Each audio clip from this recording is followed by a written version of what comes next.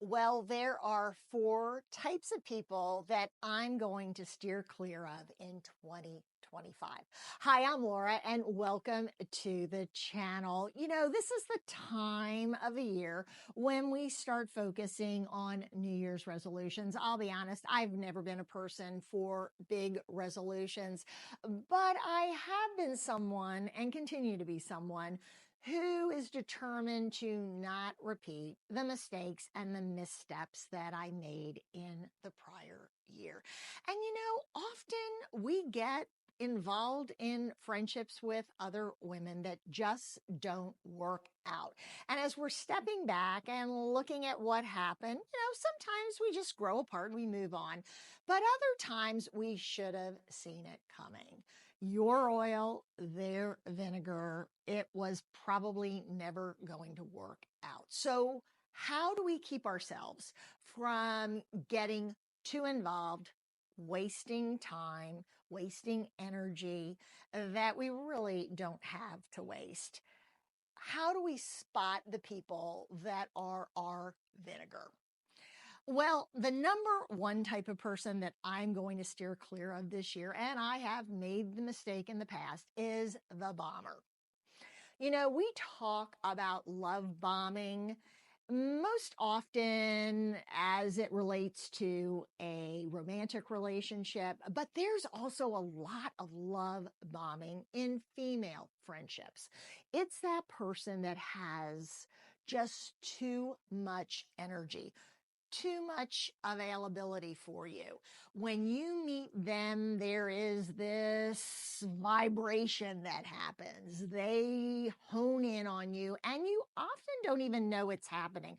They don't come at you so strong in the beginning, but over time, they ramp things up. They're usually people that have a lot of information to share. Often you find out they're the gossips. They have a lot of drama, but they are so happy to meet you. They have time to pour into you. They want to get to know you. They want to be around you. They want to share experiences with you. They want to know what you're doing when you're doing it. And again, they creep up on you over time.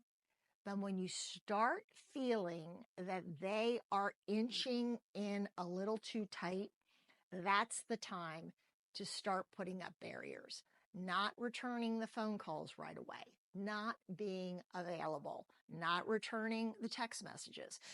Over liking someone, over sharing, over complimenting, over texting is really not a good foundation for a relationship that's going to stand the test of time.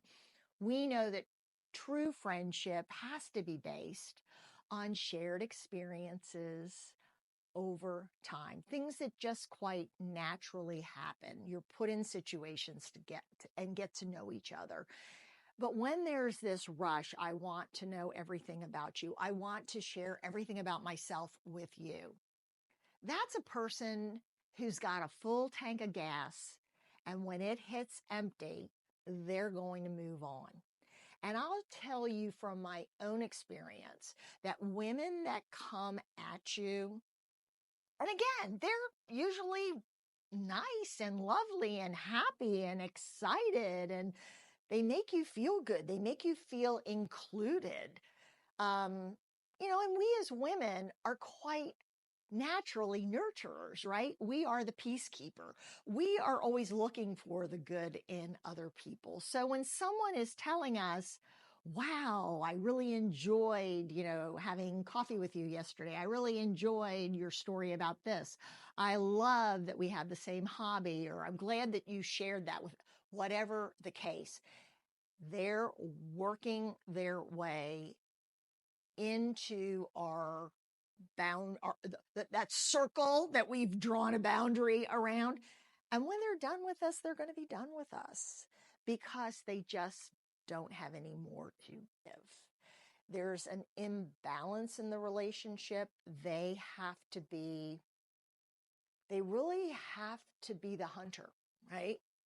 They're going for something. They're trying to engage you. They're trying to get you where they want you.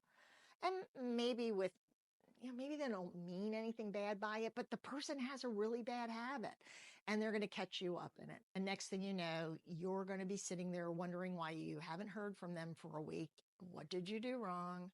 You didn't do anything wrong. They're a love bomber. They ran out of gas in their tank. And when they run out, they move on to someone who fills their tank back up again. Number 2 is one of my favorites, the insider. You've met the person. They know everyone, know everything. They have all the connections. You have a question, they have an answer. You're going to do something a certain way. They'll let you know how you can do it better. I laugh. Every group has a clique within the clique within the clique, right? The women who exclude others, only they know what's really going on. They dictate the rules. They dictate who's in and who's out, who's included, who isn't, who gets invited and who doesn't. We grew up as little girls on the playground learning to play that game and quite frankly understanding that that's somehow just how life works. But I know this person, and this year I'm going to keep an eye out for this person, because when you meet them, all they want to do is connect you. You bring up a topic, they know someone who can help you with that. You bring up a new hobby, something you want to try, they have the person. But here's the problem. They not only have the connection, but they expect you to use their connection, to follow their rules, to take their advice, to like who they like, to dislike who they dislike. There are a lot of rules and regulations that come along with a relationship with this insider, the connector, the gal who knows it all, has done it all, and can hook you up. I appreciate, believe me, we all appreciate when someone is willing to help us out, when we come to someone and ask for some guidance, ask for some mentorship. But no, this is a relationship that has to operate where they have all the knowledge, the connections, and you have to be willing to take their advice, to listen to what they tell you to do, and to do it the way they tell you to do it. And they creep up on you. It comes across as just being helpful. Oh, I had that problem. Here's what I did. Let me connect you. Oh, yes, I go to this doctor. You should try my doctor. What do you mean you didn't call my doctor? It becomes this back and forth where you find yourself explaining yourself when you don't do what they told you to do, even though they were just offering it as kindly advice. What you certainly find out is there were strings attached. Their time has a lot of value, okay, but they don't see it as an option that you would do anything other than what they suggested that you do. Number 3 is the exhausting friend. We've all had one of those relationships. You have coffee or lunch with the person and you get in your car and you look at yourself in the rear view mirror and you expect to see like bags under your eyes. You are just emotionally and physically exhausted.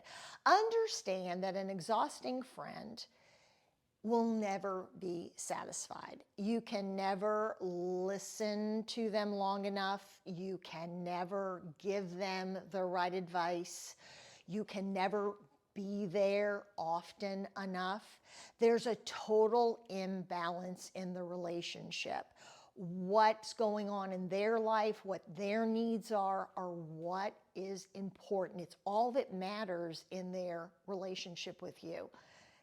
Let's face it, you become just a doormat. In a relationship with an exhausting person, their needs come first. They need you because they need you. You are a shoulder to cry on, an ear to listen to. Your advice is never enough. Your time is never enough. Your kindness is never enough because there has to be this imbalance in the relationship. Their needs not only have to come first, but often their needs are the only needs that there's room for in the friendship. They're not empathetic. They don't understand that other people can have problems. You get to have problems just like they have problems. Their problems are always bigger. They're always more complex. They need more advice. And the way they get you is by telling you, what would I do without you? Your advice is wonderful. You're my best friend. You're one of my dearest friends. I don't know what I would do without you. So they manipulate you into feeling that you really are truly helping them, nurturing them, right? That's not what they're looking for. Oftentimes, they don't even take your advice. They are needy. They are exhausting. They don't understand that other people have maybe even bigger issues than they have. Quite honestly, I don't think they care. So when I get involved with someone, when I meet someone who comes at me with their problems and their issues, personal things, a little too soon, that's a red flag. It's time to step back, step off, and it's okay to say, you know what, I don't have the time and the energy that I think you really need out of this relationship because I have my own things going on. Maybe you don't have anything going on, but get yourself away from that relationship as quickly as you can. Well, number four is one of my favorites. You can see them coming a mile away, the competitor. And I'm not talking about someone who's better than you at sports. I'm talking about someone who one-ups you on everything. It doesn't matter where you've traveled or what you've seen or what you've purchased. They've been there more than you. They had a better experience than you. They stayed in a nicer place, and they certainly have a nicer item compared to whatever it is that you just bought. They're the people that do a little brand name dropping. They tell you where they shop. They tell you what they have. They tell you how nice their things are, how nice their life is. Everything is a competition. And what you find out really quickly, because you can see it, they usually show their hand fairly early in the relationship because they're not really asking you about yourself because they want to hear about you and get to know you. They're asking you questions so they can brag on themselves, right? They have things they're dying to share with you. So they set you up with the question. And instead of coming back with, oh, wow, that's interesting. Tell me more about that. They're like, oh, well, when I went there, when I did that, when I tried that, whatever the case, they are a competitor. They need friendships because they need people to feel more superior to, better than, smarter than, more traveled than. I guess it could be almost anything. We've all met that kind of person, and you almost feel like it's one of those keeping up with the Jones situations where, well, I know if I answer the question, she will have done it 10 times. Or if I've climbed, to 7,000 feet, she's climbed to 14 or Mount Everest or whatever the case is. They use you so they can brag.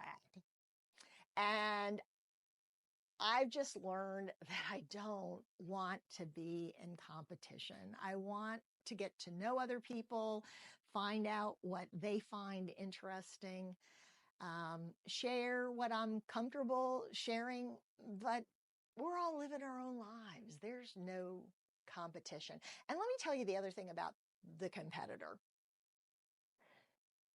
You can never truly be friends with them because even if they consider you their equal, and generally if they consider you their equal, they're going to dump you.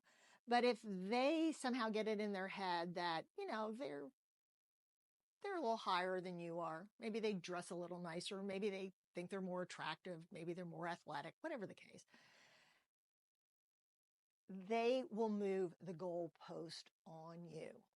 If you have a success, an accomplishment, have gone somewhere or done something that they haven't done, then they'll change the subject. They'll move the goalpost.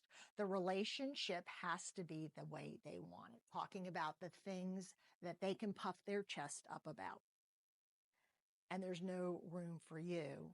And there's no opportunity for you to get a pat on the back, which isn't, friendship is sharing. It's that give and take. It's great to get to know new people. It's wonderful to be friendly, to be inquisitive. But this year, I'm making sure that I don't invite people into my life that are bombers, that are the insider, that are totally exhausting or are competitors.